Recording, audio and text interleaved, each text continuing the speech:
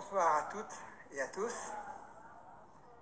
Ce soir, le thème que j'ai choisi de vous partager en accord avec l'équipe de l'APO, c'est « Chercheurs de vérité dans un monde de mensonges ».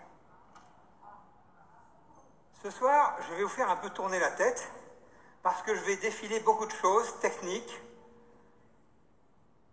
et ce que je vais dire va sans doute vous déranger beaucoup parce que je vais dire à peu près tout le contraire de ce que vous pensez. Je ne vous demande pas de me croire sur parole. Parce que si vous me croyez sur parole, demain un autre vous dira le contraire, vous le croirez aussi. Mais ce que j'aimerais, c'est que vous deveniez des chercheurs de vérité, que vous posiez des questions. Et c'est pour ça que j'ai mis mon email, etienne.vernaz@wanadoo.fr, pour que si vous doutez de quelque chose, mais où sont tes preuves, où sont tes ressources? Et si vous en avez d'autres qui contredisent, je suis prêt à les examiner, parce que je suis un chercheur de vérité. Pendant 40 ans, j'étais chercheur au commissariat à l'énergie atomique, j'étais directeur de recherche, et j'étais aussi pasteur d'une église, donc j'ai toujours marié la science et la foi sans difficulté.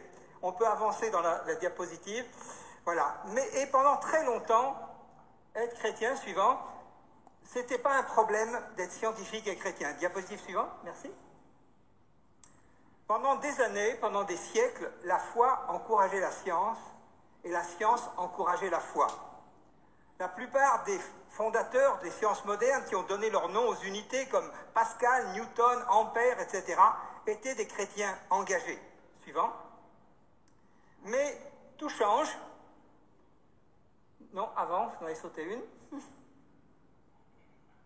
Au siècle des Lumières, tout s'inverse. À la fin du XVIIIe, on appelle lumière la raison humaine. En fait, on éteint la vraie lumière, Jésus-Christ, parce qu'on interdit Jésus dans les écoles, dans les universités, il ne faut plus parler de Dieu. Et puis on appelle la raison humaine lumière. En fait, il n'y a qu'une seule vraie lumière, c'est Jésus qui est la véritable lumière, qui en venant dans le monde éclaire tout homme. Et en fait, le premier mensonge, il est déjà là. On a éteint la lumière et on a appelé ça siècle des Lumières. Suivant.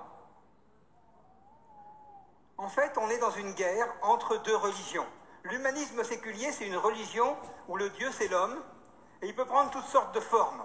Mais c'est une religion hégémonique qui veut s'imposer, qui veut écarter le christianisme qui le gêne, sous sa forme marxiste, matérialiste, qui a été surtout celle du début du XXe, sous sa forme plus spiritualiste, New Age, qui a été celle de la fin du XXe, ou sous sa forme actuelle plus écologiste, où on veut nous faire adorer Gaïa. Eh bien, tout ça est une religion qui veut se débarrasser de Dieu. Et en face, le chrétien doit avoir une position biblique sur tous les sujets. Alors, on va avancer encore. Je vais parler de beaucoup de choses en un temps relativement limité, puisqu'on m'a donné 1 heure. Donc, je vais peut-être vous faire un peu tourner la tête, mais l'important, c'est que vous compreniez le cœur du message. Aujourd'hui, on est dans le siècle de l'Internet. Vous êtes façonnés dans vos croyances par des médias qui tournent en boucle, qui répètent une information qui sort de nulle part, on ne sait pas souvent d'où ça vient, mais qui est répétée à l'envi, au journal télévisé, dans les médias divers, etc. On a des gros titres qui disent l'inverse de l'article, des images chocs qui façonnent votre pensée, et on a construit une génération remplie de certitudes infondées, de peurs irraisonnées, de doutes, d'anxiété. Mais la Bible nous dit, ne vous conformez pas au siècle présent, mais soyez renouvelés, transformés par le renouvellement de l'intelligence, afin que vous discerniez quelle est la volonté de Dieu, ce qui est bon, agréable et parfait. Ne laissez pas le monde façonner votre pensée. On m'a raconté l'histoire d'un pasteur, il y a fort longtemps, au tout début de la télévision, qui avait commandé une télévision en noir et blanc, parce que c'était la mode, et les premières télés, il fallait en avoir une. Et puis, un gros carton est arrivé, vous savez, les écrans catholiques, ce n'est pas les écrans plats, est arrivé chez lui avec 2 porteurs qui l'ont amené à l'étage, et sur le carton, il y avait écrit « Aujourd'hui, le monde rentre dans votre maison ». Et quand le pasteur a vu ça, il a dit aux 2 porteurs, remballez ça. Tant pis si on ne me rembourse pas, je ne la veux pas. Et il s'en est jamais mordu les doigts. Il avait raison. Ne laissez pas le monde façonner votre pensée. Aujourd'hui, c'est nos portables, c'est plein d'autres choses. Suivant. En fait, beaucoup de chrétiens pensent qu'on peut laisser son intelligence au parking lorsqu'on va à l'église, on va adorer Dieu, on fait des alléluia. Mais Jésus a dit, tu aimeras le Seigneur ton Dieu de tout ton cœur, de toute ton âme, de toute ta pensée et de toute ta force. Dieu nous a donné une pensée pour qu'on soit des chrétiens intelligents. Et si vous ne voulez pas réfléchir, vous allez vous faire avoir par toutes sortes de choses qui tournent en boucle. Et si vous ne faites pas l'effort de recherche de vérité, vous allez tomber dans énormément de pièges. Suivant. Suivant. Merci. Non, on a sauté une encore. Bon, c'est pas grave. Voilà, merci. Il n'y a pas un jour où nos peurs ne sont alimentées par les médias. Pas un jour où on nous parle d'un réchauffement climatique dramatique, de rivières polluées, d'air pollué, de pesticides, d'OGM. Et les sciences et technologies qui étaient pendant longtemps vues comme une source de progrès, aujourd'hui sont devenues une source d'anxiété. Alors qu'en est-il réellement? On va essayer de faire un peu le tour de la question. Suivant. En fait, comment je me suis intéressé à tout ça? Puisque moi, mon travail, j'étais chercheur dans le nucléaire. Alors, dans le nucléaire, je ne pouvais pas voir une émission à la télé sur le nucléaire. Mes cheveux se hérissaient sur la tête. C'était qu'un tissu de mensonges, de contre-vérité. C'était mon métier et on disait tout le contraire de la vérité et je ne voulais plus même regarder. Donc, je disais dans le nucléaire, vraiment, on nous vend de la peur à tour de bras. Il y a tous les efforts qu'on fait, on dit tout le contraire. Donc, j'étais écœuré. Mais sur tout le reste, j'étais formaté comme monsieur tout le monde par les médias. Et puis un jour, on a décidé de construire un espace qui s'appelle le Visiatome. Vous pouvez le visiter à Marcoule, dans le sud de la France, un espèce de palais de la découverte de l'atome, dans lequel on voulait expliquer aux gens la vérité, que les médias les trompaient, essayer de leur montrer les choses. Mais cet espace, le gouvernement nous a demandé de l'étendre à tout ce qui est science et société. Du coup, j'ai pendant 15 ans invité des conférenciers de toutes sortes pour nous parler de toutes sortes de sujets. Je les ai triés sur le volet pour nous parler d'OGM, de gaz de schiste, de nano, de pesticides. Et là, j'ai découvert que le nucléaire n'avait pas le monopole du mensonge et des contre-vérités, mais qu'on nous baladait sur tous les sujets. Et j'ai pu travailler avec des gens de l'Académie de médecine, de l'Académie des sciences, et approfondir des sujets sur lesquels moi-même, je n'étais pas compétent, et me rendre compte que finalement, c'était un problème très général. Suivant. En fait, ça n'aurait pas dû m'étonner. Ça n'aurait pas dû m'étonner parce que connaissant bien la Bible, je savais que le prince de ce monde, c'est Satan. La Bible dit clairement que c'est Satan le prince de ce monde et que sa première caractéristique, c'est d'être le père du mensonge. Donc si on est dans un monde qui est dirigé par le père du mensonge, on ne va pas s'attendre à ce qu'on nous distille la vérité. Suivant. Et le résultat du mensonge, c'est la peur. Dès la Genèse, on voit « J'ai entendu ta voix, j'ai eu peur ». Lorsqu'il y a eu un premier mensonge de Satan qui a réussi à tromper Ève, eh bien, qu'est-ce que Adam et Ève ont eu? Ils ont eu peur. Le résultat de ces mensonges, c'est de nous manipuler par la peur. Rappelez-vous, la peur, c'est l'arme du diable, la foi, c'est l'arme de Dieu. Et les deux s'opposent. Les dieux sont antinomiques. Alors allons un peu maintenant dans la technique. Suivant. Notre espérance de vie n'a jamais autant augmenté qu'au cours des 100 dernières années. Il y a 200 ans, notre espérance de vie, c'était 30 ans. Et elle est passée aujourd'hui à 80 ans. Mais pourtant, donc ça c'est un indice global qui dit que tout va de mieux en mieux, matériellement. La pollution n'a pas arrêté de diminuer malgré un parc automobile qui augmente. Nos rivières sont toujours un peu plus propres. Pourtant, si je vais un micro-trottoir, même dans cette salle, je suis sûr que tout le monde va me dire l'inverse. Mais monsieur, avec cette pollution qui augmente, mais monsieur, avec toute cette pollution qui n'a jamais été si grande. Alors on va regarder les chiffres. On n'a jamais eu autant de sécurité alimentaire. Moi, je vais parfois dans des pays pauvres, je sais ce que c'est que les problèmes alimentaires, les étals avec les mouches sur la viande, etc. En Europe, en Occident, on n'a jamais eu autant de sécurité alimentaire. S'il y a une salmonelle dans un camembert en Normandie, on va retirer tous les camemberts de la marque dans tous les supermarchés du coin. On n'a jamais eu un tel niveau de sécurité. Mais pourtant, c'est la peur de manger qui cristallise toutes nos craintes aujourd'hui. Suivant. Alors on voit des anthropologues qui écrivent dans le Figaro, on ingère des éléments qui viennent de l'extérieur et peuvent être potentiellement dangereux, voire mortels pour l'être humain. Et manger, qui a toujours été le souci des populations et la joie de manger à sa faim, est devenu anxiogène. Suivant. Alors, nos peurs sont façonnées par quelques épisodes comme la vache folle en 96, la grippe aviaire en 2005, le concombre tueur en 2011. Tous ces petits épisodes ont fait quelques dizaines de morts sur plusieurs décennies et nous font complètement oublier que quelques 100 millions de personnes chaque année ne mangent pas à leur faim.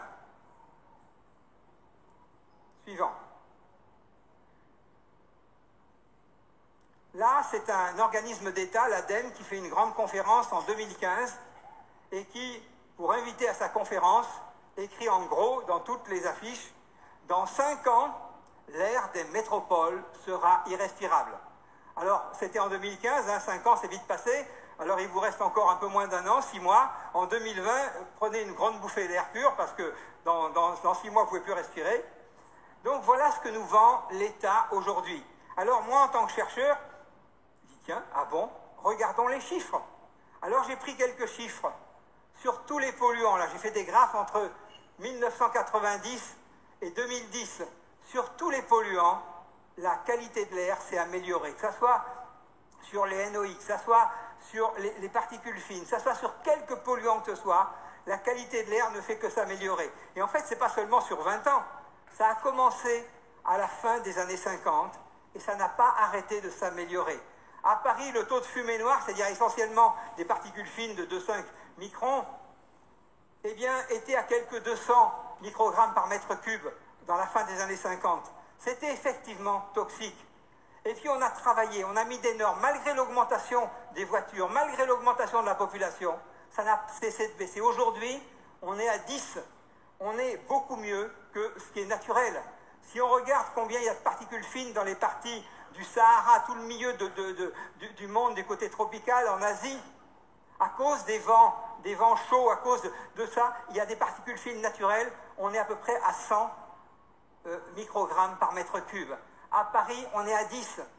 On est beaucoup mieux que dans la majorité du monde naturellement. On a aujourd'hui à Paris un air qui est presque aussi pur que dans le Cantal. Mais on nous vend de la peur. Oh messieurs, il faut arrêter les diesels, ça aussi. Et tout le travail qu'on a fait pour réduire cette pollution a baissé effectivement le risque, puisqu'on voit que ça a marché, puisqu'on a pris des mesures qui ont fait baisser le niveau de pollution pendant 50 ans. Mais la perception du risque, comme on en parle, a suivi le chemin inverse. Plus on en parle, plus on prend des mesures, plus les gens ont peur. Et la preuve, ils nous disent, voyez bien que c'était dangereux. Ils viennent encore de baisser la norme une fois de plus. Et plus le risque baisse, plus la peur du risque augmente. Alors, on va trouver des écolos qui vont nous dire, mais 90% des citoyens de l'Europe sont quotidiennement exposés à des polluants de l'air dangereux. En France, 96% des cours d'eau français sont pollués par des pesticides. Quand tu regardes les chiffres, là aussi j'ai pris que quelques années, mais entre 1998 et 2012 par exemple, tous les polluants dans les cours d'eau français ont baissé. Certains de 7%, d'autres de 45%, de 60%. La pollution de nos rivières n'a jamais été aussi basse. Alors on nous fait peur avec l'énergie. L'énergie, ça serait le diable. Pourtant, il y a 200 ans, on consommait 14 fois moins d'énergie qu'aujourd'hui. Notre espérance de vie n'était que de 30 ans. Aujourd'hui, on consomme 14 fois plus d'énergie. Notre espérance de vie est passée à 80 ans. Mais sur la planète aujourd'hui, sur les 7 milliards d'individus, plus d'1 milliard vit encore avec le niveau d'énergie qu'on avait il y a 200 ans. Ces gens-là n'ont pas une espérance de vie qui dépasse 40 ans.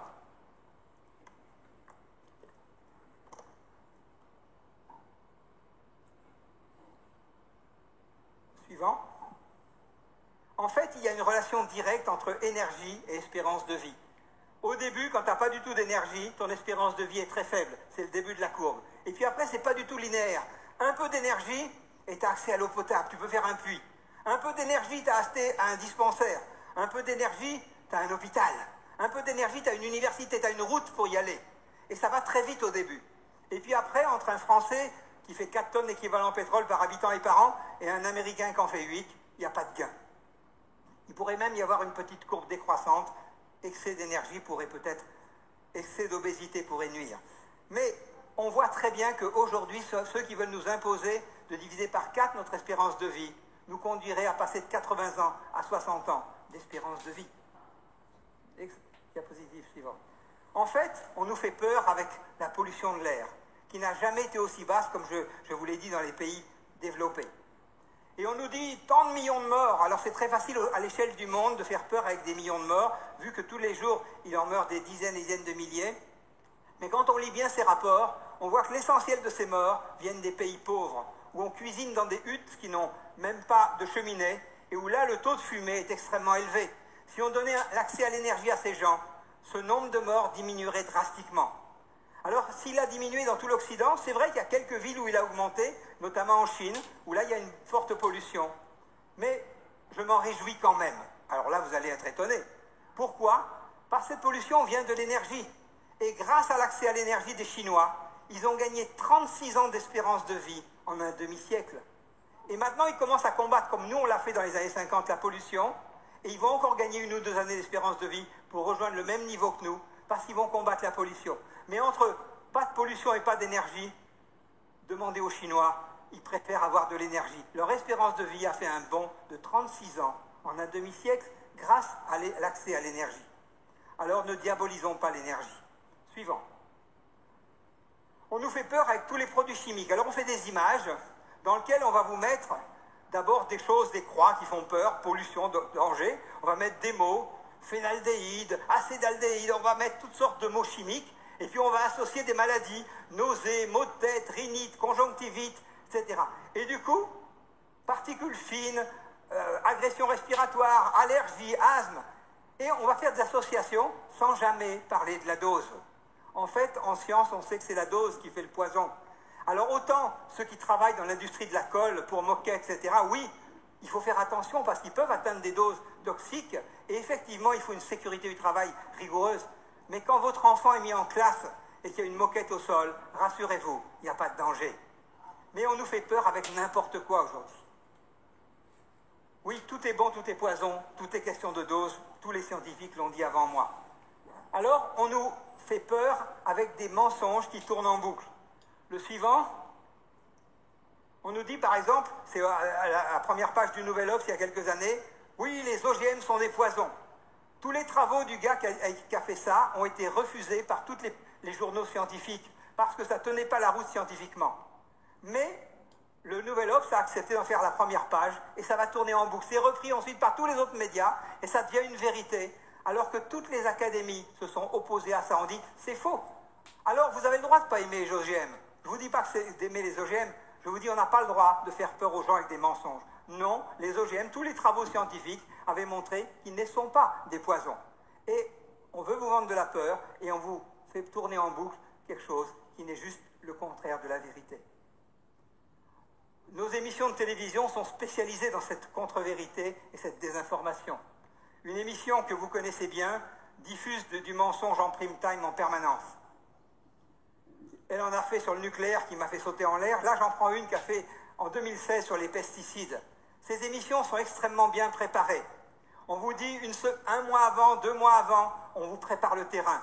La démocratie est polluée par les pesticides. La semaine d'après, des molécules dangereuses. La semaine d'après, des risques sanitaires avérés. Puis après, on vous dit, vos enfants sont en danger. Donc là, vous êtes bien préparés pour l'émission. Et puis l'émission arrive. Suivant. Et là, on vous parle d'une étude qui a été faite par l'Agence européenne de sécurité des aliments et qui visait à contrôler le taux de pesticides dans tous les aliments qui sont consommés dans l'Europe. Alors il faut savoir qu'en Europe, la teneur en pesticides autorisée dans l'alimentation est la plus faible au monde. Elle est tellement faible qu'elle devient très très difficile de la mesurer. Il convient de mesurer 10 microgrammes dans 1 kilo. C'est comme si on vous demandait de mesurer moins d'1 minute sur une période de 200 ans. C'est extrêmement difficile. Et malgré ces normes draconiennes, cette étude disait que 97,4% des échantillons testés, il y en avait des milliers, et sur 685 pesticides testés, eh bien, étaient inférieurs à ces normes absolument drastiques, et seulement 2,6% dépassaient ces normes, les unes de très peu, et quelques-unes plus largement. Alors qu'est-ce que nous dit la journaliste qui cite ces sources, mais les contredit complètement? L'agence disait plus de 97% des aliments contiennent des résidus de pesticides inférieurs aux limites légales, qui sont drastiquement bas, c'est-à-dire sans aucun danger. Et qu'est-ce qu'elle coupe? Elle coupe la fin, et elle dit 97% de l'alimentation française contient des pesticides. Chacun peut apprécier où est l'intoxication, elle n'est pas alimentaire. Et quand on a demandé à la journaliste, mais alors les 3% restants? Elle a dit, ça c'est le bio. En fait, non, les 3% restants, c'est ceux qui dépassaient la norme. Donc elle prend le rapport et elle dit tout le contraire d'un rapport. Ce rapport, vous pouvez l'avoir, il est sur Internet. Vous pouvez vérifier ce que je dis. Chacun peut apprécier où est le contresens. En fait, les pesticides, parfois ça peut être un problème, mais d'abord, en premier, c'est une solution. Il n'est pas question de dire que les engrais, les pesticides, comme les antibiotiques, sont des produits anodins, qu'on peut les répandre sans compter. Bien sûr, il faut prendre conscience que ces produits actifs, qui ont des risques, mais bien utilisés, ils sont beaucoup plus un bénéfice qu'un risque. Les antibiotiques, c'est pareil. Quand j'entends les gens qui disent « on ne veut plus de pesticides en 2025 », c'est comme si on disait « on ne veut plus d'antibiotiques en 2025 ». Oui, il ne faut pas faire n'importe quels antibiotiques. Oui, les virus, les microbes s'habituent et ça perd de leur efficacité. Mais bien utilisé, quelle bénédiction ça a apporté au pays. Aujourd'hui, transparent suivant, si on peut nourrir 7 milliards d'individus sans problème, c'est grâce à tout ça parce qu'on a éliminé la dengue, la malaria, le Zika. Et avant, c'était les charançons et autres chapardeurs qui bouffaient la récolte. Aujourd'hui, on nourrit toute la population sans aucune difficulté. Donc, arrêtons de laisser raconter, diaboliser. Oui, les antibiotiques peuvent être un problème, mais bien utilisés sont d'abord une solution. Les pesticides, c'est exactement la même chose.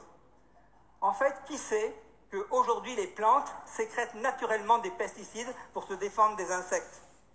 Actuellement, dans l'alimentation européenne, 99,99% des pesticides sont naturels, sont sécrétés par la plante. Et on a toutes les peines du monde à mesurer les 0,01% qui sont artificiels. Si ça vous intéresse, je vous enverrai les articles qui traitent de ces sujets. Mais on nous fait peur avec le glyphosate. Alors le scandale du glyphosate n'est pas là où vous croyez. Le scandale, il est raconté par un de mes collègues chercheurs, Marcel Kunz, qui est spécialiste de la question au CNRS, et qui montre comment, contre l'avis de toutes les agences sanitaires qui avaient dit c'est inoffensif, des militants écologistes ont réussi à noyauter le système pour faire rentrer les glyphosates dans une catégorie dite potentiellement cancérigène, dans la même catégorie que la viande rouge et le café chaud. Et on nous fait peur avec ça, et un tribunal américain vient de condamner Monsanto à payer 2 milliards à un couple, parce qu'on voit bien que le but n'est pas, puisqu'il n'y a aucune relation de cause à effet avec leur cancer, le but est juste de détruire l'industrie qui est le diable, pour ceux qui sont dans cette philosophie. Alors, la psychose de la radioactivité, je pourrais en parler des heures et des heures. En fait, on est tous radioactifs. Et c'est la dose qui fait le poison. Savez-vous que moi, je fais à peu près 10 000 becquerels, ça veut dire chaque seconde, j'ai 10 000 atomes qui se désintègrent, et je vous irradie. J'irradie un peu plus ma femme que ce qu'elle m'irradie, parce qu'elle est plus légère que moi. Et j'en suis heureux, parce qu'à ces faibles doses naturelles, c'est bon pour la santé. Mais on nous fait peur en permanence, suivant, avec les doses. Et ce qui est assez amusant, c'est que naturellement en France, on a une dose. Alors ce qui nous intéresse, c'est les millisieverts, c'est-à-dire en gros quel impact ça a sur la santé. Naturellement, on subit du rayonnement naturel pour à peu près 2,4 millisieverts. Alors ça dépend des endroits où on est. À Mulhouse, c'est à peu près 4. Voilà, si ça vous intéresse. En moyenne, vous êtes à peu près à 4 millisieverts par an. Et puis, on rajoute à ça artificiellement des millisieverts à cause du médical. 1,6 en moyenne pour la population française. Et puis tout le reste, l'industrie nucléaire, Tchernobyl, rajoute des choses qui sont complètement infimes. 0,02, 0,208. Et pourtant, c'est en permanence sur ces valeurs infimes qu'on fait peur à tout le monde, alors que les doses naturelles sont infiniment plus grandes. Continue. En fait, il y a un rapport de l'Académie des sciences que vous pouvez télécharger quand vous voulez. Celui-là même, il est en français, parce que la plupart des rapports scientifiques sont en anglais. Ça peut être une limitation pour certains, mais celui-là est en français. Et vous verrez que jusqu'à 100 millisieverts, on n'a jamais observé d'effet néfaste sur la santé. Entre 100 et 800, on voit une augmentation de la probabilité de développer un cancer. C'est comme si on fume. Entre 100 et 800, ça ne veut pas dire qu'on sera malade, mais la probabilité de le devenir augmente avec la dose. Et puis au-delà de 800, eh bien, on a des effets délétères immédiats, et à 8000 millisieverts, tout le monde meurt. Alors, on est content que les fortes doses, ça tue. Pourquoi? Parce que chaque année en France, diapositive suivante, on irradie 200 000 tumeurs sur des patients. On sauve 50 000 vies chaque année. Parce que bien sûr, on n'irradie pas l'individu entier pour s'en débarrasser, on focalise sur la tumeur qu'on veut tuer. Et grâce à ça, on sauve 50 000 vies par an. Les journaux vous parleront toujours de l'accident, qui à peu près tous les 10 ans, il y a un appareil mal réglé qui fait un dégât. Il y aura un mort tous les 10 ans. Mais entre 50 000 vies sauvées chaque année et un mort tous les 10 ans, en bénéfice-risque, il n'y a pas photo. Suivant. En fait, à faible dose, le rayonnement a un effet positif, c'est ce qu'on appelle l'effet hormésis. En fait, on pense que c'est Microsoft qui a inventé le correcteur orthographique, mais notre créateur l'avait fait avant lui de manière bien plus efficace encore. Quand dans notre ADN, il y a des dégâts qui sont faits, c'est comme des fautes d'orthographe, tout d'un coup dans le texte, il y a un S qui s'est mis, qui s'est enlevé là où il ne faudrait pas. Eh bien, tout d'un coup, il y a une dizaine à cause que je respire, à cause de toutes sortes de raisons, eh bien, des dégâts se font dans mon ADN en permanence. Quand un rayonnement arrive, il fait un gène de réparation. C'est comme si je tape une faute sur Word, ça déclenche le correcteur, j'ai fait une faute, il en corrige 10. Ouf. Et après ma faute, le texte est meilleur, parce que non seulement il a corrigé ma faute, mais il a corrigé les 10 fautes qui étaient autour. C'est ce que fait notre organisme. C'est pour ça que je suis content que le rayonnement naturel existe. Et si on me proposait de me supprimer ma radioactivité naturelle, je vous dirais que nenni, Dieu a bien fait les choses. Aux faibles doses, j'ai un appareil qui en permanence régénère mon ADN pour le corriger. Et par contre, c'est vrai que si vous tapez à deux mains sur le clavier, là, votre correcteur orthographique ne saura plus faire. Et il va mettre entre parenthèses un bout de phrase. Je ne sais pas ce que vous voulez dire, je n'ai pas compris, je ne sais pas corriger, je ne sais pas réparer. Et au-delà d'une dose de 100 millisieverts, notre organisme n'arrive plus à réparer et il fait des gènes d'adaptation. C'est-à-dire qu'une partie du mal réparé de notre ADN est mise entre parenthèses et potentiellement, dans certains cas, ça peut dégénérer en cancer. Voilà pourquoi les faibles doses, et affoler les gens avec des faibles doses, c'est une aberration scientifique. Suivant. Alors je ne parlerai pas des déchets nucléaires qui a été mon métier pendant 40 ans, mais les déchets nucléaires sont parfaitement traités. On a été les premiers au monde à développer la vitrification des déchets nucléaires. J'ai eu le plaisir en 1978 de travailler à la première usine au monde, et aujourd'hui, les déchets nucléaires, ça pose strictement aucun problème. On les a parfaitement traités. Ce qui poserait un problème, c'est justement si on ne les traitait pas. S'ils étaient à l'abandon, ça serait un vrai problème. Mais ce n'est pas le cas dans les pays développés. Alors je vais passer sur autre chose. Les catastrophes dont on nous fait si peur ont tué infiniment moins que toutes les autres sources d'énergie. 3 Mile Island, il y a eu 3 catastrophes, a eu 0 impact. Tchernobyl, il y a eu 50 morts du fait de l'irradiation et 7000 cancers de la thyroïde chez les enfants qui avaient moins de 15 ans au moment de la catastrophe. Fukushima, on a fait passer que c'était 20 000 morts, alors qu'en fait Fukushima c'est un tsunami qui a fait 20 000 morts. Il n'y en a aucun qui sont liés au rayonnement. Donc si ça vous intéresse, j'ai tous les rapports qui donnent les éléments sur Tchernobyl. Il me faudrait 1 heure de conférence sur chaque sujet. Je ne vais pas le faire ce soir, mais là aussi, ne vous laissez pas avoir par l'industrie de la peur. Comme disait Einstein, il est bien plus facile de désintégrer un atome qu'un préjugé.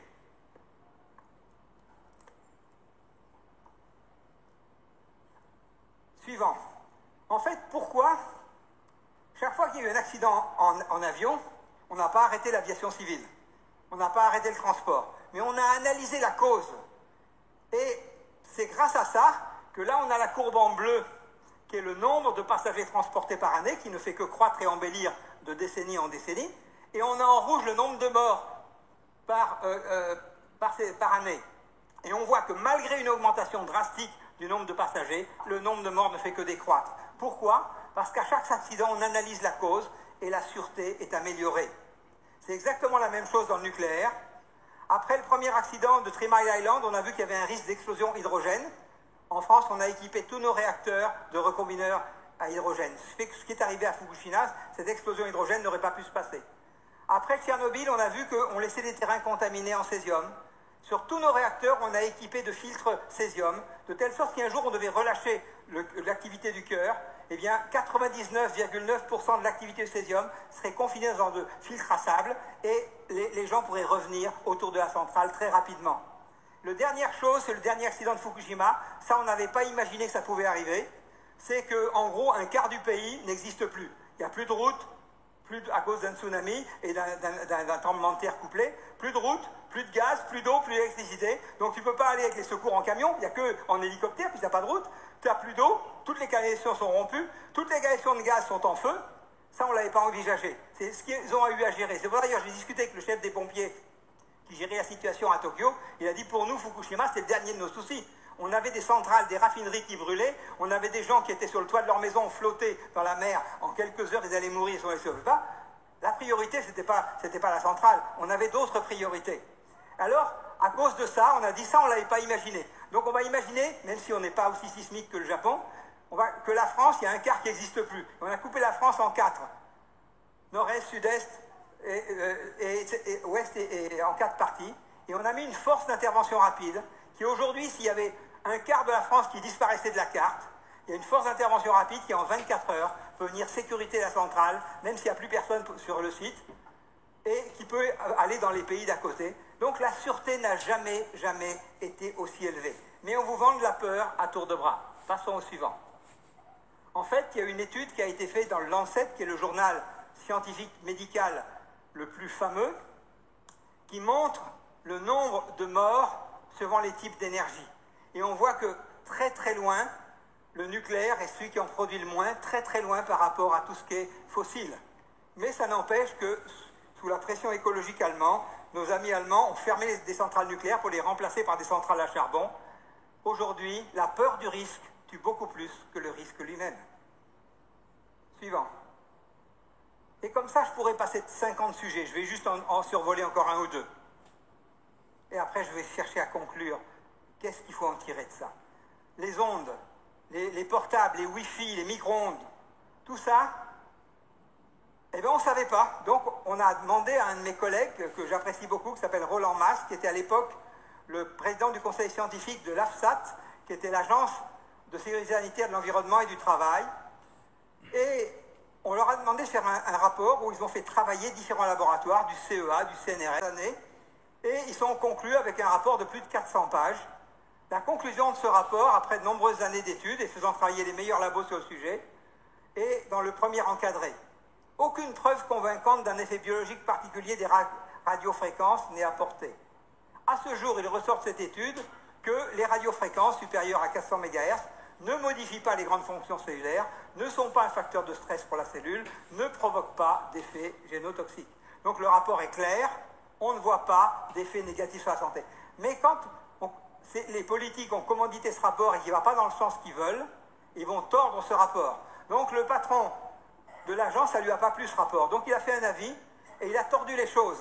Et puis finalement, il a fait un communiqué de presse et c'est la seule chose qui va vous arriver. Parce que ça va être repris par tous les médias qui vont tourner en boucle. Et le communiqué de presse disait, le rapport de l'AFSET met en évidence l'existence d'effets des radiofréquences sur des fonctions cellulaires rapportés par une dizaine d'études expérimentales considérées par l'AFSET comme incontestables. Les scientifiques qui ont travaillé, quand ils ont vu qu'on faisait tout le contraire de leur rapport, ben, ils n'ont plus que démissionner du conseil scientifique. Et qu'est-ce que vous voulez qu'ils fassent? Ils ont un rapport épais de 400 pages, ils donnent des conclusions claires, et le patron qui leur a commandé ce rapport dit ça ne me va pas, c'est pas assez anxiogène, je dis tout le contraire, et je balance ça dans la presse. Voilà, aujourd'hui, dans quel pays nous vivons.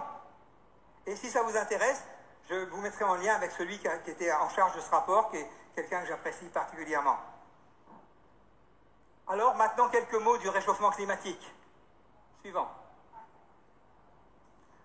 Alors oui, on se réchauffe, on est tous d'accord. Il n'y a qu'à regarder une photo du Mont Blanc en 1916 et maintenant, on voit que les glaciers ont reculé. Et puis moi qui aime bien le Côte-du-Rhône, puisque j'habite au sud de la France, je regarde la date des vendanges à Châteauneuf-du-Pape et je vois que ça a gagné plusieurs semaines.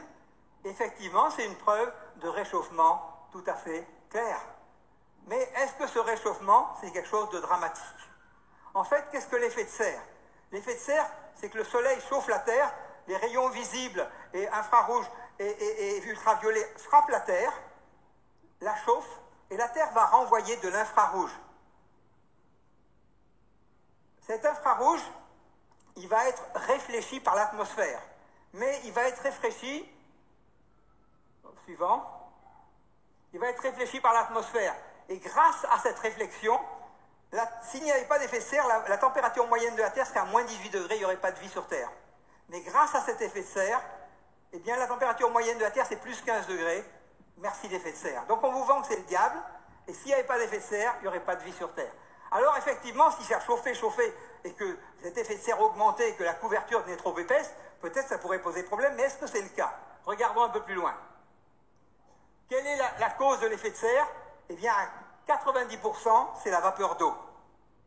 Le CO2 ne joue que pour 10%. Et dans ce CO2, transparent suivant, la partie qui vient de l'homme représente moins de 5% du CO2. Alors, moins de 5% de 10%, ça fait déjà pas lourd. Et on voudrait nous faire croire que c'est ça la cause de quelque chose qui va créer un réchauffement dramatique qui, même la vie sur Terre, risque de ne plus pouvoir continuer. Alors, quand on regarde un peu l'histoire, transparent suivant, on voit que ça a toujours existé, il n'y a rien de nouveau sous le soleil. En fait, de tout temps, il y a des périodes chaudes et des périodes froides. Et à l'époque, on appelait ça optimal, parce que quand il faisait chaud, c'était mieux que quand il faisait froid. Quand il faisait froid, les moissons gelées, il y avait des famines. Quand il faisait chaud, tout allait de mieux en mieux. Quand il faisait froid, les bateaux étaient pris dans la glace plus tôt, les transports il y avait des problèmes. Et quand ça allait mieux, donc pendant des années, et moi quand j'étais petit, on appelait ça l'optimum romain, l'optimum médiéval. Mais maintenant, pour faire peur, on dit le hiatus romain, le hiatus médiéval. Parce que ça a été période chaude, c'est un hiatus. Et en fait, après des périodes chaudes, il y a des périodes froides. Donc après le Moyen-Âge, où là, les Vikings ont colonisé le Groenland, eh bien, il y a un moment où il faisait de plus en plus froid, ils ont dit « Ah, on ne peut plus vivre, il n'y a plus assez de chaleur, il n'y a plus assez de partie qui est dégelée, il faut partir. » Et c'est vers 1400 que les Vikings ont quitté le Groenland. À l'époque, Groenland voulait dire terre verte, ce qui ne veut pas dire qu'il n'y avait pas de glace, c'est-à-dire qu'il y avait suffisamment de verre pour que les Vikings y vivent. Et là, c'est ce qu'on a été appelé le petit âge glaciaire. Et puis maintenant, depuis plus de 200 ans, nous nous réchauffons parce que nous sortons du petit âge glaciaire. Et on veut nous faire croire que c'est dramatique qu'on sorte du petit âge glaciaire. Alors, on nous écrit « La vie sur Terre est en cause, c'est l'urgence absolue. Notre maison brûle et nous regardons ailleurs. » Et on nous répète ça depuis 20 ans en nous disant « C'est l'année extrême, si on ne fait rien maintenant, tout va s'arrêter. » En fait, 20 ans après, on nous dit la même chose. Suivant. En fait, ce qui est même amusant, c'est que dans les années 70, la température a refroidi un peu pendant quelques années. Alors là, on a vendu de la peur dans l'autre sens. Et le Time disait « Comment allons-nous survivre au petit âge glaciaire qui revient ?» Et là, on nous vendait la peur du refroidissement. Et puis, en 2006, le même Time disait « Be worry, inquiétez-vous, inquiétez-vous, le réchauffement, c'est dramatique. » Donc, après avoir essayé de vous faire peur avec ça se refroidit, on vous fait peur avec ça réchauffe. Continue. Mais Al Gore a réussi à avoir le prix Nobel à partir d'un film truffé de mensonges et d'erreurs. Et en 2009, il disait « Nous avons seulement 10 ans pour sauver la planète. Dans 10 ans, il sera trop tard. La vie sur Terre sera effacée. En 2013, il n'y aura plus de glace au pôle Nord. En 2019, il nous ressort exactement la même soupe. » En fait, transparent suivant, quand on regarde, eh bien oui, la température augmente depuis plus d'un siècle. En moyenne, c'est un peu moins d'1 degré par siècle. Le niveau de la mer augmente de 20 cm par siècle. C'est absolument ridicule. 20 cm sur un siècle. Comment on peut arriver à faire peur avec 20 cm sur un siècle? Et c'est régulier. Et le CO2, lui, augmente. Alors il augmente parce que quand l'océan se réchauffe, il désorbe et ça augmente le CO2. Et puis effectivement, ça a l'air de s'accélérer un peu. Lui, c'est pas régulier. Certainement, l'homme en rajoute. Mais est-ce que c'est grave, docteur? Quand on regarde, transparent suivant, si c'était grave, tout ce qu'on nous a annoncé, c'est qu'à partir des rejets de CO2, à partir de l'an 2000, ils allaient augmenter, c'est vrai. Entre 2000 et 2010, on a rejeté 3 fois plus de CO2 que 1990 et 2000. Donc en une décennie, c'est multiplié par 3. Si ce qu'on nous avait annoncé était vrai, on aurait dû voir la température s'envoler. Et c'est exactement l'inverse qu'on observe. Alors cette courbe qui montre la température sur les décennies, soit on peut considérer que, bon an, mal an, ça continue à monter régulièrement avec des hauts et des bas, soit si on veut vraiment regarder les 10 dernières années, eh bien c'est plutôt un plateau. Alors il n'est probablement pas significatif, mais c'est en tout cas pas le suivi de la courbe de CO2 qui monte de manière exponentielle à partir de l'an 2000. Donc on nous a vendu des peurs et des modèles qui se sont toujours avérés faux. Mais personne ne revient sur ces modèles qui se sont toujours avérés faux. Suivant. On nous raconte que la glace au pôle Nord diminue, ce qui a été vrai pendant une centaine d'années. Et personne ne nous a parlé qu'elle grandissait au pôle sud. Pourtant, rien qu'avec Google Earth, on pouvait l'observer à l'œil nu. Il n'y avait pas besoin d'être un grand scientifique. Mais comme on veut vendre de la peur, on donne une demi-vérité. Transparent suivant. En fait, l'autre jour, j'avais un article de journal qui disait, il montrait un énorme iceberg qui était tombé dans la mer, qui s'était détaché, qui avait fait une vague gigantesque, une espèce de mini-tsunami, et les gens s'étaient enfuis pour ne pas être noyés par ce mini-tsunami. Et il disait dessous, en gros, comment peut être encore climato-sceptique quand on voit ça? Alors ça m'a fait beaucoup sourire, parce que la même situation, vous auriez pu l'avoir il y a 100 ans, il y a 200 ans, il y a 300 ans, parce qu'en fait, chaque été, depuis que les étés existent, vous voyez, on passe de 25 000 km² de glace à peu près 5 000 en été. Ça veut dire que chaque été, il y a 20 000 km² qui fondent, et chaque hiver, ça se reglace. Et le seul moyen de savoir si ça se réchauffe ou ça diminue, c'est de comparer la quantité en été ou en hiver, peu importe, choses comparables. Et qu'est-ce qu'on voit? C'est qu'après avoir fondu pendant à peu près 100 ans, régressé, et bien depuis 2004, on est à peu près stabilisé. Même cette année, la glace au pôle Nord a réaugmenté. Mais on nous vend de la peur sur des phénomènes tout à fait naturels. Suivant. Alors on nous parle aussi de réfugiés climatiques. Ça, c'est pour nous faire avaler d'autres réfugiés. Et on nous dit, oh là là, avec le niveau des mers qui augmente, les îles du Pacifique, elles vont être noyées, des pauvres gens, il faut partir, partez vite. Alors on les pousse, allez, partez, allez migrer en Australie, en Nouvelle-Zélande, votre île va être noyée, vous allez tous mourir. Alors on a regardé quelques îles où ils avaient annoncé la noyade, il y en a une qui s'appelle Tuvalu, qui est dans le Pacifique. Non seulement elle n'a pas été noyée, contrairement à ce qui était annoncé, mais elle s'est agrandie. Ça ne veut pas dire que la mer n'a pas monté, elle monte de 20 cm par siècle. C'est vraiment pas une affaire. Mais en fait, les îles, c'est dynamique. Toute la géosphère est dynamique. Il y a des plaques tectoniques qui bougent, il y a des îles qui apparaissent, d'autres qui disparaissent, et la montée de l'île a été bien plus importante que le niveau de la mer, et l'île s'est agrandie. Mais on avait vendu de la peur. En fait, les gens qui ont eu cette peur ont quitté tout, ont tout perdu, parce que l'alarmisme a de graves conséquences sur la vie des gens. Suivant. Alors, on va vous façonner par des images. On va vous mettre un ours famélique et on va vous dire, voyez la preuve du réchauffement climatique, ce pauvre ours est en train de mourir. Ben, j'ai une mauvaise nouvelle pour vous, les ours n'ont pas la sécu, ils n'ont pas d'assurance retraite et on ne les nourrit pas à la petite cuillère quand ils sont vieux. Donc tous les ours en fin de vie n'arrivent plus à se nourrir et meurent comme ça. Je suis désolé, mais c'est la nature. Donc il suffit d'en trouver un et là, vous faites peur à tout le monde. Et puis d'autres, vous mettez un ours sur un petit iceberg, et là, à la dérive, et là, vous fantasmez, ça serait mon fils là-dessus. Oh là là, c'est dramatique. Alors, je voudrais vous rassurer tout de suite. Cette image est fausse, c'est un montage. Vous avez la même avec des pingouins dans un autre journal. Donc ça, c'est Photoshop, hein, pas de problème. Donc déjà, elle est fausse. Mais en plus, même si elle était vraie, je vais vous dire, le record de natation en eau froide d'un ours polaire, c'est 600 km. Il n'est pas en problème. Alors on nous vend que le CO2, c'est un poison violent. Le CO2, c'est essentiel à la vie. Le CO2, avec la chaleur, c'est ce qui permet de vivre. C'est ce qui permet qu'on ait du pain, des arbres, c'est qu'on ait la vie. Suivant. Un article publié dans Nature, qui est un des meilleurs journaux scientifiques, nous dit que si on regarde une équipe de 32 scientifiques issus de 24 centres de recherche à travailler sur l'ensemble de la végétation du monde. Et qu'est-ce qu'on voit? C'est que la planète se verdit à toute allure. Dans les 30 dernières années, on a augmenté la part de végétation dans le monde de l'équivalent de 2 fois la taille des États-Unis, de 18 millions de kilomètres carrés. Donc la Terre n'a jamais été aussi verte, et on nous dit, oh là là, on va arracher 3 arbres ici, l'huile de palme, c'est dramatique. Moi, je suis content qu'on arrache des arbres pour que des gens, comme nous, on l'a fait, parce qu'à Lutèce, à Paris, quand c'était une petite île, eh bien oui, pour faire la civilisation, pour accepter les Français qu'on est, oui, on a déforesté pour vivre. Et je suis content qu'ils puissent le faire, parce qu'à l'échelle de la planète, tout va de mieux en mieux. Alors, qui continue à pouvoir travailler et plus mourir de faim comme avant, ça, c'est pour moi une bonne nouvelle. Mais on nous induit des idées fausses par la manière dont on présente les choses. En fait, vous lisez, ça c'était un journal à Paris, j'ai lu le gros titre, j'ai acheté le journal, plus de la moitié des forêts européennes ont disparu. Ah, j'ai dit, ah bon? Tiens, c'est nouveau ça. Alors j'ai pris le journal et j'ai lu l'article. Alors l'article dit rien de faux. Il dit, au cours des 6000 dernières années, on pense que, etc., ça a divisé par 2.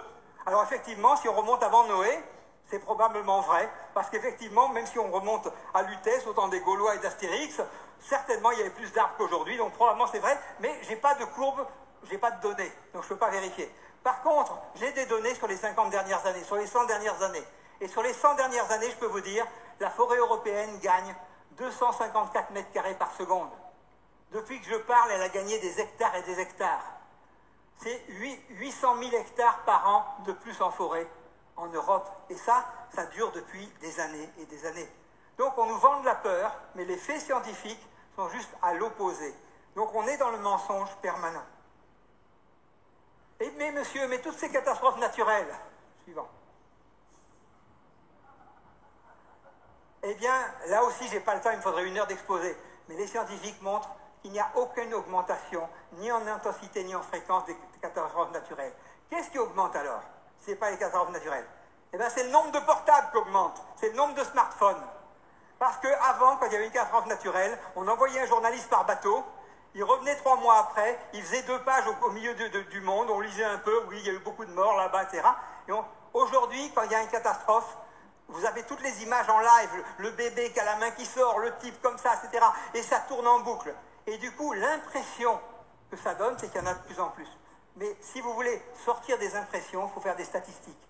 Et toutes les statistiques montrent, transparent suivant, qu'il n'y a strictement aucune augmentation des catastrophes naturelles dans les 40 dernières années.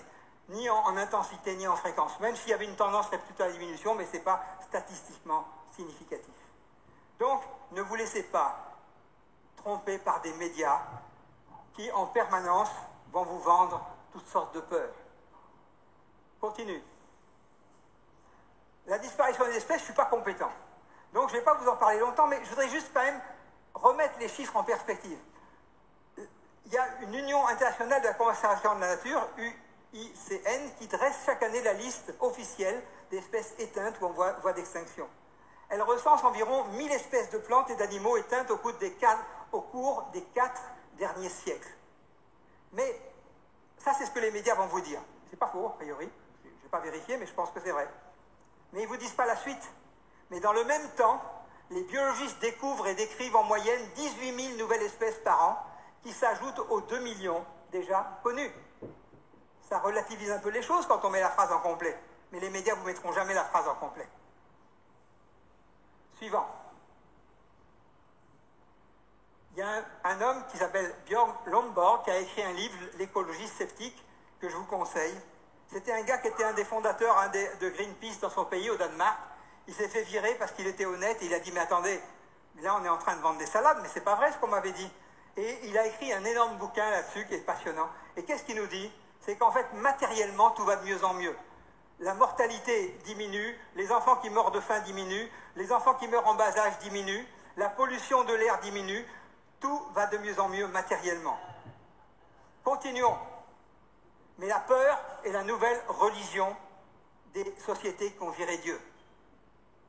Un sociologue dit « Nous ne vivons pas dans une société du risque, comme on a tendance à le croire, mais dans une société de la peur qui ne supporte plus l'idée du risque. » En fait, la foi, c'est prendre un risque. Aimer, c'est prendre un risque. Si tu ne veux pas de risque, tu ne peux pas être chrétien. L'augmentation de la peur dans le cœur de l'homme n'est pas associée à un niveau de risque qui aurait augmenté, mais à la diminution de la foi. Quand tu n'as plus foi en rien, tu as peur de tout. Parce que l'homme est un homme mortel. Et sans espérance, tout est anxiogène. En fait, en analysant tout uniquement sous l'angle du risque et pas du bénéfice, on a fabriqué une machine à fabriquer de la peur qui tourne à plein régime. On vous peut citer surtout les risques. On prend un seulement de la liste. Il faudrait des heures pour que je parle de tous. L'automobile. On peut dire, mais ça tue 4000 personnes par an, c'est dramatique. Effectivement, si on peut le réduire, c'est mieux. Mais supposez qu'on n'ait pas de voiture et que le SAMU arrive à cheval. Eh bien, il y a 20 000 accidents de la vie courante. Si on multiplie par 4, ça fait 80 000. Il y a 100 000 infarctus par an, que 2500 qui meurent. Suppose qu'il arrive à cheval. À combien mourront d'infarctus? 10 000, 20 000, 30 000, je ne sais pas. Donc, dans l'analyse bénéfice-risque, il y a beaucoup plus de bénéfices à avoir des voitures que pas en avoir. Et les Chinois le savent, c'est pour ça qu'ils ont gagné 36 ans d'espérance de vie. Le SAMU n'arrive plus à cheval, c'est eux. Donc, si on analyse tout sous l'analyse que du risque, on se trompe. On va passer vite sur les suivants, parce que je voudrais finir sur une partie plus spirituelle. Un mot sur le réchauffement climatique. On va passer celui-là, je n'ai pas le temps de vous en parler. Suivant, merci. Encore. Oui. Je pense qu'il y en a sauté une. Voilà, merci, parfait. En fait, il faut savoir qu'aujourd'hui, l'ONU a estimé que pour lutter contre le changement climatique, qui, soi-disant, va faire que la vie sur Terre va plus être possible rapidement, il a évalué qu'il fallait 16 milliards de dollars par jour. Si on suit leur programme de route, la dette souveraine va exploser complètement. Ça veut dire que les riches vont s'enrichir et les pauvres vont s'appauvrir de manière dramatique. C'est une arnaque extrêmement grave pour les plus pauvres. Suivant. En fait, le vrai développement durable ne peut pas être que écologique. Parce que le vrai développement durable, il doit être écologique et social. Si les plus pauvres, on les affame, c'est pas vivable. Mais il doit être écologique et économique. Si on a des solutions hors de prix qui ruinent l'économie, comme c'est le cas actuellement, ça ne sera pas viable. Et pour que le développement soit durable, il doit être et social et économique. Et sinon, il n'est pas équitable. Et aujourd'hui, on est dans une bulle verte qui est en train de nous sortir complètement du social et de l'économique. Les Américains et les Asiatiques se frottent les mains. Ils disent, les Européens se tirent des balles dans le pied, on récupère tous les marchés, c'est formidable. Mettez-vous des normes qui vous tirent des balles dans le pied, allez-y les gars, nous on récupère le marché. Et nous, on est en train de ruiner notre économie. Le social, en Allemagne, qui sont tête de liste dans le mouvement vert, ils sont passés en 10 ans de 400 000 à 4 millions de personnes en précarité énergétique. On a multiplié par 10 le nombre de personnes qui doivent l'hiver ou se chauffer ou manger. Et c'est en France, j'ai plus le chiffre, mais on est à peu près dans le même tabac. On est en train d'affamer les plus pauvres par des lois complètement insensées. Alors, quelles sont les motivations? Pour certains, elles sont purement politiques. La responsable du programme Changement climatique à l'ONU, qui s'appelle Christina Figuer, a admis que l'objectif était tout sauf écologique. Elle dit, notre objectif, c'est de détruire le capitalisme. Au moins, elle est claire. C'est la première fois dans l'histoire de l'humanité que nous fixons la tâche intentionnellement et dans une période de temps définie de changer le modèle de développement économique qui a régné pendant au moins 150 ans depuis la révolution industrielle. Bon, ça, il faut lire l'anglais pour voir ce qu'elle dit pour de vrai, parce qu'aucun journal français ne le traduit, donc moi je l'ai traduit.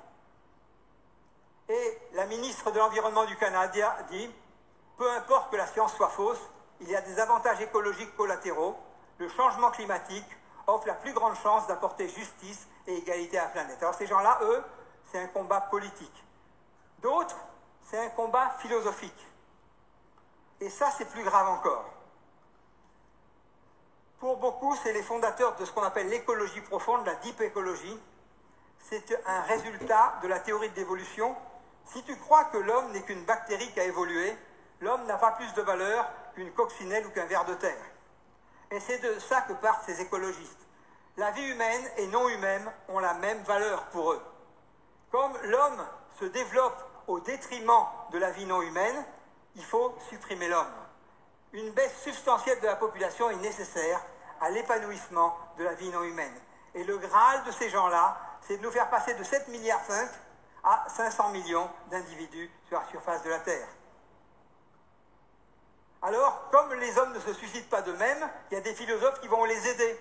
Et Hans Jonas, qui est un philosophe allemand, qui a un peu fondé le principe de responsabilité dans un de ses bouquins, qui est la bonne référence, a, dans un de ses chapitres, développé ce qu'on appelle l'heuristique de la peur. Il dit, mentez, mentez, braves gens, c'est pour sauver la planète, c'est pour la bonne cause. Et il y a une philosophie derrière d'heuristique de la peur. Alors c'est comme ça qu'on va trouver les journaux de la décroissance qui ont quelques citations intéressantes. Suivant. Les ennemis de la vie ne sont pas seulement parmi les industriels, ce sont ceux qui ne croient pas à la catastrophe. Donc voilà, je suis tout de suite visé, même si je ne suis pas industriel. Et ce même Hans Jonas dit, il faut douter de tout, sauf du pire. C'est exactement l'opposé du message chrétien. Si tu es chrétien, tu es optimiste, définitivement optimiste. Mais si tu suis la philosophie de Hans Jonas, eh bien, tu vas douter de tout, tu vas vivre dans un enfer. Et moi, des fois, j'ai compassion des personnes que j'ai en face de moi qui sont très violemment opposés à mes conférences, mais qui vivent dans un enfer de psychose, de peur. Ils ne dorment pas, ils sont complètement psychosés, et ça me fait de la peine pour eux. En fait, comme le dit, il n'y a pratiquement aucun politique qui a voulu prendre conscience de ça. On a vu aux européennes, de droite comme de gauche, tout le monde a secoué l'environnement, il faut sauver la planète. Il n'y en a qu'un homme politique qui est aujourd'hui retiré, mais qui n'est pas très loin d'ici, c'est Chevènement, qui a dénoncé ça publiquement. Il a dit « Nous assistons au triomphe de l'idéologie de la peur, formalisée en Allemagne par Hans Jonas, l'heuristique de la peur, et par Ulrich Beck. Cette idéologie a déjà contaminé notre constitution avec un principe de précaution qui n'a rien de scientifique.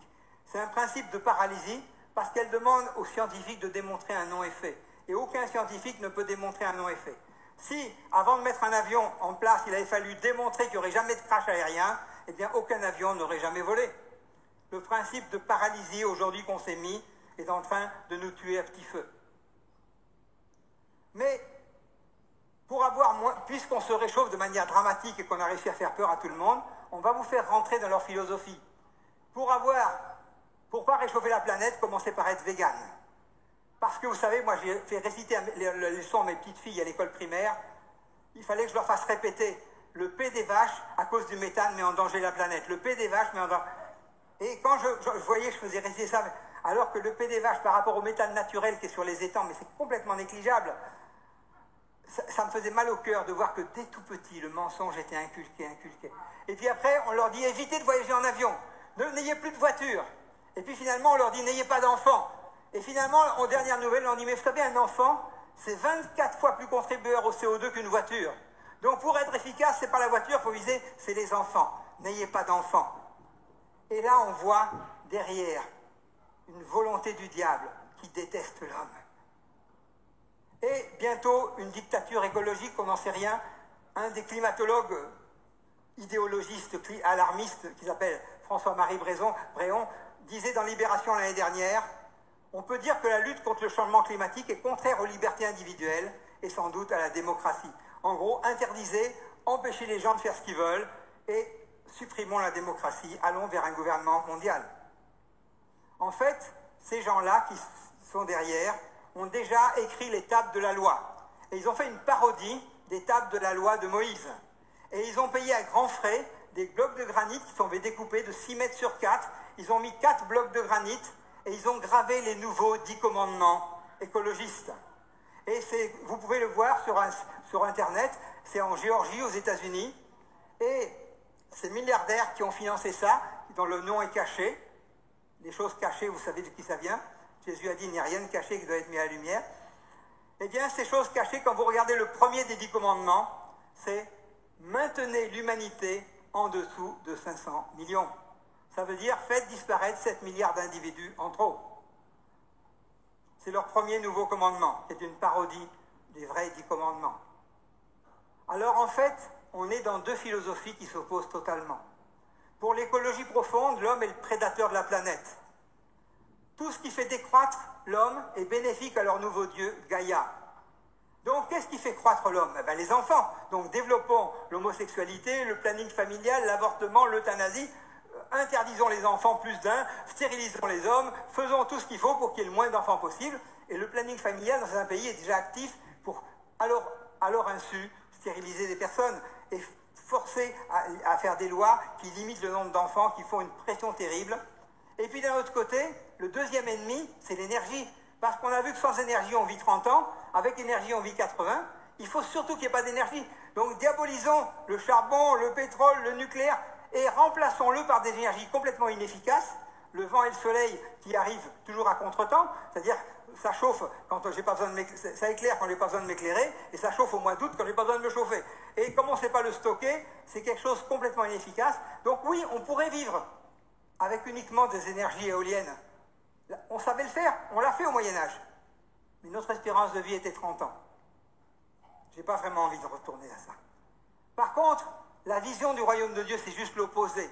Non seulement l'homme n'est pas le prédateur de la planète, il est la prunelle des yeux de Dieu.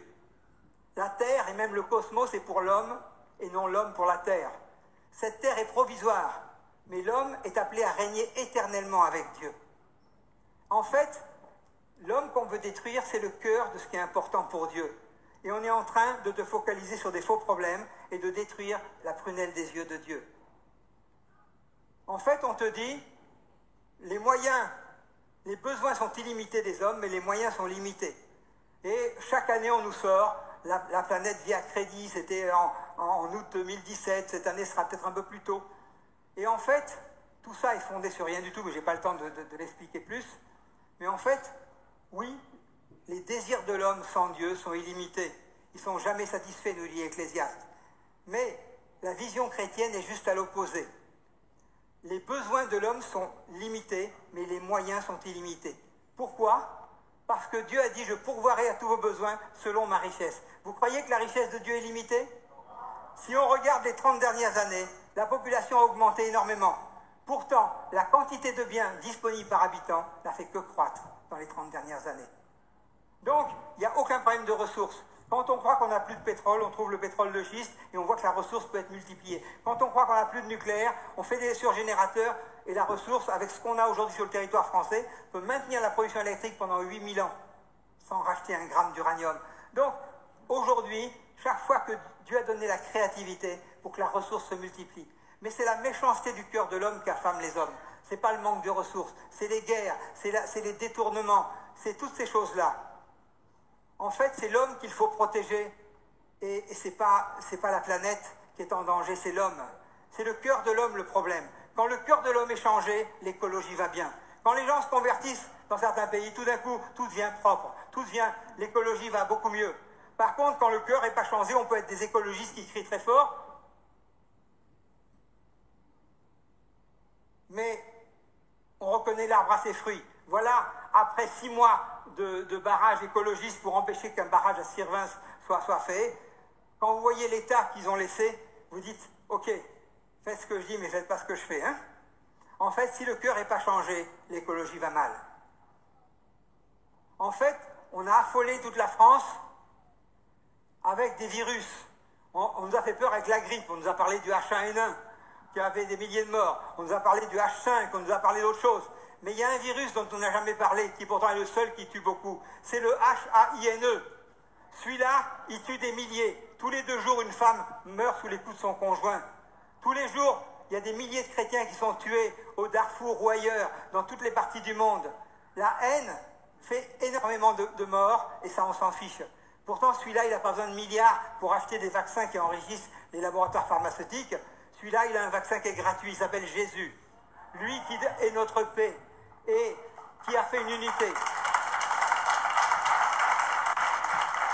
Lui, il a détruit le mur de la séparation, la haine. Et vous savez, le diable est un magicien qui nous façonne sur des faux problèmes pour qu'on oublie les vrais. La Bible nous dit, ne vous conformez pas au siècle présent, mais soyez transformés par le renouvellement de l'intelligence. Est-ce que nos communautés sont façonnées par la parole de Dieu ou façonnées par la télé, les médias, le monde? Qu'est-ce qui façonne ta vie? Est-ce que c'est le psaume 91, 1000 tomberont à ma droite, 10 000 à ma gauche, je ne serai pas atteint? Est-ce que c'est le psaume 23, l'Éternel est mon berger? Qu'est-ce qui façonne ta vie? Ne vous inquiétez de rien ou inquiétez-vous de tout? Les médias vous disent vous êtes ce que vous mangez. Mais Jésus a dit juste l'inverse. Il a dit ce qu'on mange n'a pas d'importance, c'est ce qui sort de ta bouche qui te façonne.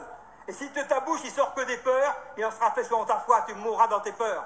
Mais si tu confesses 1000 tomberont à ma droite et 10 000 à ma gauche, ta foi va augmenter et tu seras en bonne santé. Qu'est-ce que tu préfères? Croire le monde qui te dit que tu es ce que tu manges ou croire Jésus qui te dit que tu es ce que tu dis?